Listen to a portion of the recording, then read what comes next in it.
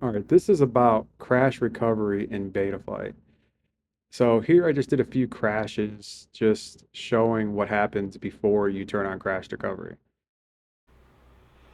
All right, so let's talk about what I did and how to turn on crash recovery on your TinyWhoop, or I guess on any drone really, but TinyWhoop is where I'm using it for.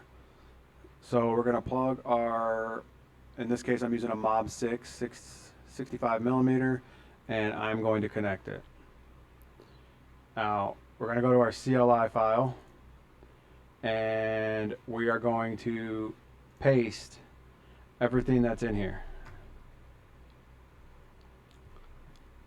It is going to say this in your, I'm going to put this in the description so you can just copy and paste this on the actual, on your Betaflight, and you can see and test it for yourself and tell me if you think it works. But I mean, I think it's pretty cut and dry. I think this is fantastic.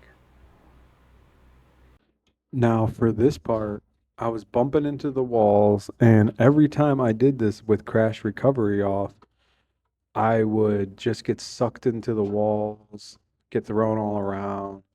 With crash recovery, I was able to bounce off this chair, bounce off the refrigerator, and still keep flying. I could never have done that before I turned on crash recovery.